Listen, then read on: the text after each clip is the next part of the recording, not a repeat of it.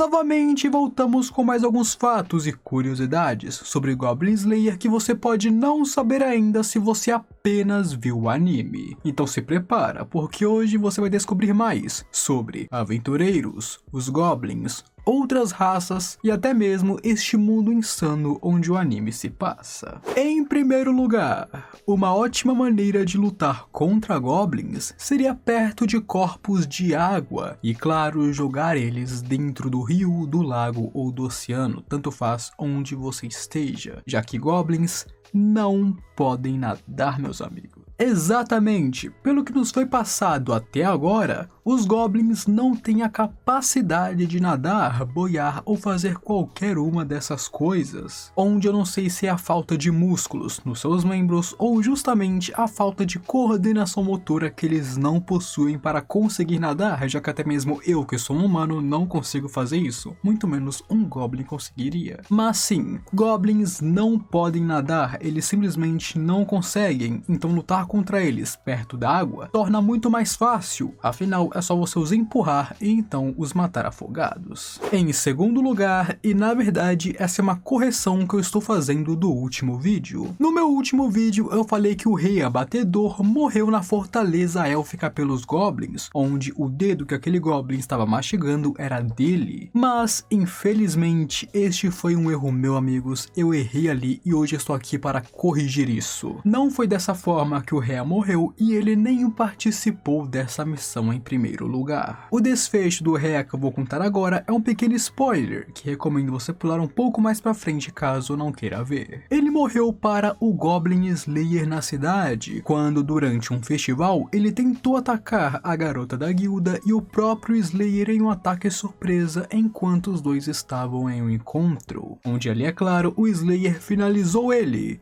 E então, este foi o seu desfecho. Em terceiro lugar, vocês sabiam que normalmente aventureiros que são padres são bem habilidosos com artes marciais e conseguem se defender e impor a si mesmos? Diferente da sacerdotisa que nós conhecemos e do clichê de que normalmente curandeiros, sacerdotes e essas paradas não são bons em combates corpo a corpo, aqui é completamente o contrário. Muitos deles na verdade não são inúteis. Inúteis são aqueles que são muito autoindulgentes e não se preparam para a vida. Padres que se tornam aventureiros, obviamente não todos, mas muitos deles são treinados na arte da luta, justamente para não serem pesos mortos durante as lutas e batalhas. E outra coisa que os clérigos, padres e essas paradas fazem para evitar ser pesos mortos é aprender a deixar o like aqui embaixo e se inscrever no meu canal, porque eles sabem o quanto que isso me apoia e claro ajuda mais pessoas a assistirem os meus vídeos. Então é claro, se o exemplo deles,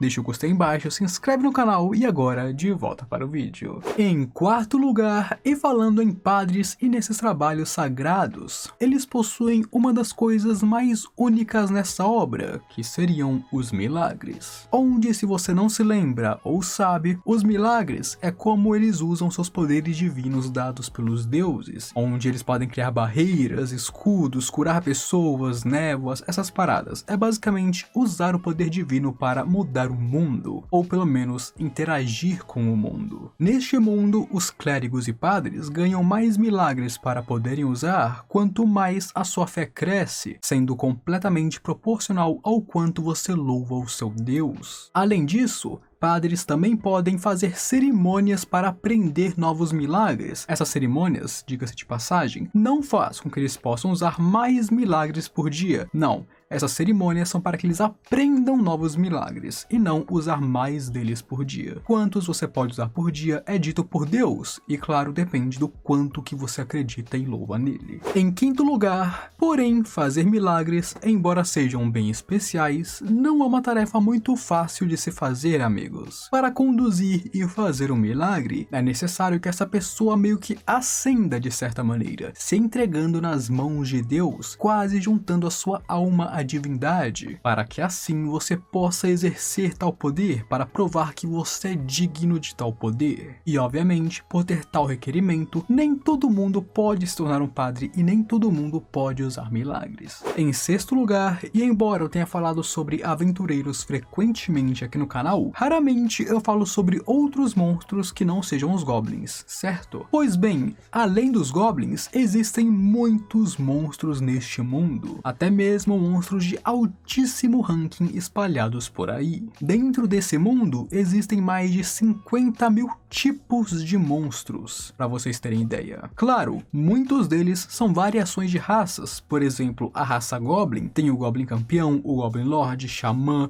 Paladino, ou seja, cada raça tem suas variações e isso faz com que sejam muitos, mas ainda assim, são muitos tipos de monstros. Em sétimo lugar, e uma característica bem legal de outras raças não humanas, como os elfos, os anões e os homens lagartos, é que eles podem enxergar no escuro, algo que os humanos não podem fazer. Eu não sei se eles enxergam completamente ou se eles apenas têm uma visão melhor no escuro do que os humanos, mas sim, eles enxergam bem melhor que os humanos no escuro, e isso apenas nos reforça o quanto que a raça humana é a mais normal e fraca dentre as raças inteligentes, as raças de jogadores. Em oitavo lugar, sabemos muito bem que a Guilda dos Aventureiros neste mundo, assim como em várias outras obras, possuem um sistema de ranking, onde os novatos são do ranking porcelana, enquanto o Slayer é do ranking prata, um veterano neste caso. Porém, do ranking prata para cima é necessário talento e poder. Você precisa ser muito poderoso e talentoso para ascender acima do ranking prata. Você tem que ser sobre-humano para chegar a essas alturas. Não adianta apenas saber caçar. Onde neste caso existem menos de 20 pessoas que se tornaram rank platina na história. Exatamente, existiram apenas menos de 20 humanos que foram fortes o bastante para ascenderem ao rank platina na história da guilda. Em nono lugar, e uma coisa bem interessante sobre a Guilda dos Aventureiros também, é o fato deles usarem balanças muitas vezes para contar dinheiro. Nós vemos em muitos isekais a galera fazendo contas complexas de cabeça, fazendo contas incrivelmente grandes que nem eu conseguiria fazer, como se fosse a coisa mais natural do mundo, onde eles são tão inteligentes e tão avançados com a matemática que parece até mesmo o mundo moderno, enquanto no mundo de Goblin Slayer, nem tanto. Na verdade, não. Nós sabemos que a própria guilda muitas vezes usa balanças para fazer contagem correta de dinheiro, sendo um pouco mais fiel à época, afinal naquela época ninguém era tão inteligente que conseguia fazer milhares de contas de cabeça perfeitamente como se fosse um gênio. E nem todo mundo é um gênio matemático. Em décimo lugar, uma coisa que acontece tanto no mundo de Goblin Slayer quanto em qualquer outro isekai ou fantasia é o fato de que os elfos sempre são representados como bonitos naturalmente, seres lindos por natureza, onde você dificilmente encontra alguém feio em suas fileiras. Os elfos são seres belos, não existe ninguém feio dentre eles. Onde mesmo dentre os elfos bonitos, que no caso são todos, sabia que a elfa arqueira suprema é considerada uma beleza, mostrando que mesmo dentro do padrão dos elfos, ela ainda é considerada muito bonita, uma beleza dentre os demais. Em 11º lugar, porém, uma coisa que me surpreende sobre os elfos em Goblin Slayer é que eles meio que têm uma ansiedade social para com outras pessoas e raças. Normalmente nós vemos em outras obras os elfos sendo arrogantes e cheios de si, desprezando qualquer outro que não seja um elfo. Claro, aqui eles também são meio arrogantes dependendo de onde você vai, mas aqui nós vemos que os elfos também estão bem preocupados em como outras pessoas vão pensar deles após os conhecer, o que é bem estranho também e diferente. Em 12º lugar, e uma característica bem interessante sobre os elfos, é o fato de que eles possuem uma magia chamada controle de queda, onde ela permite reduzir o impacto quando você cai de grande grandes alturas, como por exemplo uma árvore muito grande e milenar, eles pulam e diminuem o dano de queda. E eu acho isso bem interessante porque, querendo ou não, é algo que nós vemos muito em outras obras, porém eles sempre dão alguma outra desculpa, como um footwork ou apenas uma força sobre-humana ou algo do tipo. Então ser uma magia é bem convincente e bem legal. Além disso, para usar essa magia, você necessita da ajuda de espíritos, e os elfos são bem sintonizados com eles. Mas porque eles precisam dos espíritos para fazer isso, até mesmo o anão xamã pode usar essa magia, já que ele é muito sintonizado com os espíritos. Em 13º lugar, porém, nem tudo na Floresta dos Elfos são as Mil Maravilhas. Vocês sabiam que na novel tem uma passagem onde vemos os goblins envenenando o Rio dos Elfos com venenos criados por eles? E lembrando que os venenos dos goblins são feitos de sua saliva e excrementos, então eles são bem perigosos e podem passar diversas doenças. Então sim, os goblins literalmente cagaram a água dos elfos, meus companheiros. Os caras são nojentos demais. Em 14º lugar, sabemos que muitas vezes para usar magia, o anão xamã precisa usar um catalisador para isso. Catalisador que vem muitas vezes e principalmente de gemstones, se eu não estou enganado. Onde gemstones são pedras preciosas, joias e esse tipo de coisa. Onde o anão xamã sempre compra pedras preciosas com o dinheiro que ele recebe de suas missões como aventureiro, e então as coloca ou no seu saco de catalisadores para feitiços ou costura elas nas suas roupas. Em 15º lugar, o anão xamã também carrega consigo mesmo algumas munições preciosas que podem valer uma bela quantia em dinheiro, onde é claro que ele sempre as usa como munição para estilingue quando precisa fazer isso, afinal nenhuma pedra é tão preciosa quanto a sua vida, mas quando ele precisa de dinheiro ele também as vende e ganha uma boa quantia por isso. E na verdade o que mais me surpreende aqui é o fato dele usar estilingue quando precisa, afinal essa é uma arma que nós vemos muito pouco em animes, nossa, muito pouco mesmo. A última vez que eu vi eu acho que foi no Usopp de One Piece, então é bem surpreendente mesmo. Em 16º lugar, vocês sabiam que, embora outras raças como elfos e anões, embora tenham pontos fortes que os tornam muitas vezes mais fortes que os humanos comuns, são raças ateias, a maior parte dos elfos e anões não acreditam e nem louvam os deuses, e é por isso que existem tão poucos padres dentro dessas raças. E também é por isso que é mais comum você ver xamãs nas respectivas raças, como por exemplo o anão xamã, como se fosse um substituto. Em vez de usar milagres, eles usam os espíritos, afinal eles têm uma grande afinidade com eles. Em 17º lugar, como muitos já sabem, o mundo de Goblin Slayer é como uma grande mesa de RPG, mas hoje eu não vou me aprofundar nessa parte. Nesse mundo, as raças normais podem ser usadas para se jogar, ou melhor, para se manipular de acordo com os deuses. Então, eles chamam essas raças de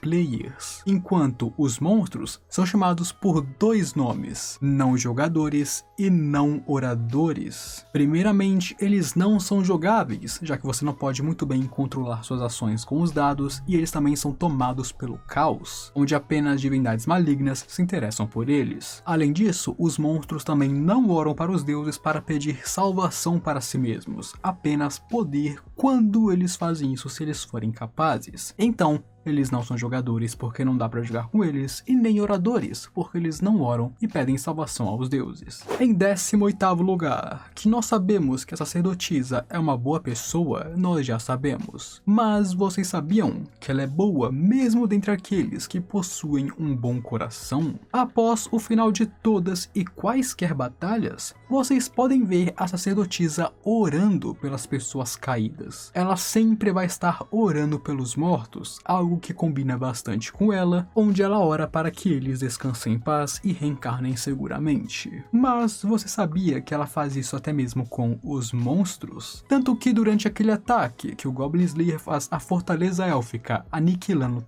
todos os goblins lá, após o término do ataque, a sacerdotisa se ajoelharia e começaria a orar pelas almas dos goblins, amigos. Então sim, ela faz isso até mesmo pelos monstros. Em 19º lugar, e o motivo pelo qual a sacerdotisa ora tanto pelas almas dos vivos, quanto dos mortos, quanto dos humanos, quanto dos monstros, é que no mundo de Goblin Slayer, os humanos acreditam na reencarnação. Ou seja, eles acreditam que se você morrer, você vai reencarnar como uma nova pessoa, uma pessoa em branco. E a sacerdotisa crê o mesmo com os monstros, orando para que eles renasçam diferentes em outra vida. Onde, de acordo com os ensinamentos e crenças da Mãe Terra, que é a deusa da qual a sacerdotisa segue, o corpo sempre deve retornar à Terra após a sua morte, porque assim ele irá dar à luz a uma nova vida. Em 20º lugar, e uma coisa bem interessante sobre o Deus Supremo, o Deus que a Lady da Espada segue, é que embora esse seja o nome dele, ele não é o Deus que comanda todos os outros, nem o que criou este mundo. Este é apenas o seu nome, Deus Supremo. Não é como se ele fosse o Criador e tudo mais. Além disso, diferente de muitas outras religiões, o Deus Supremo não dá ordem para os seus fiéis, não dá ordem para os seus seguidores, ele apenas deixa que eles pensem por si mesmos e tomem suas próprias decisões, sejam boas ou ruins. E por último, mas não menos importante, em 21º lugar, uma coisa que acontece quando as pessoas se tornam clérigos neste mundo também, é que quando alguém se torna um, essa pessoa também está cortando todos os laços com as suas famílias. E é por isso também que os templos muitas vezes adotam crianças órfãos para seguirem este caminho, já que isso significa não apenas ajudar alguém que precisa, como também não ter que separar famílias à toa e de graça. Porém sim, caso alguém que tenha uma família queira se tornar um clérigo, ele vai acabar cortando os laços com eles. Mas por hoje é só, amigos, eu espero que vocês tenham gostado. Se gostou é aquilo, deixa o gostei embaixo para ajudar mais pessoas a assistirem este vídeo. Comenta aí embaixo também o que você achou, e caso você saiba uma curiosidade que não apareceu neste vídeo, sinta-se à vontade para comentar também. Se inscreva no canal para me ajudar e ficar por dentro dos próximos conteúdos, e não se esqueça que, meus manos, se vocês gostam de recomendações de animes e mangás, no meu Instagram eu estou postando vídeos todas as semanas, então me sigam lá para ficar por dentro dos vídeos, e eu sei que vocês vão gostar deles. Agora, eu fui.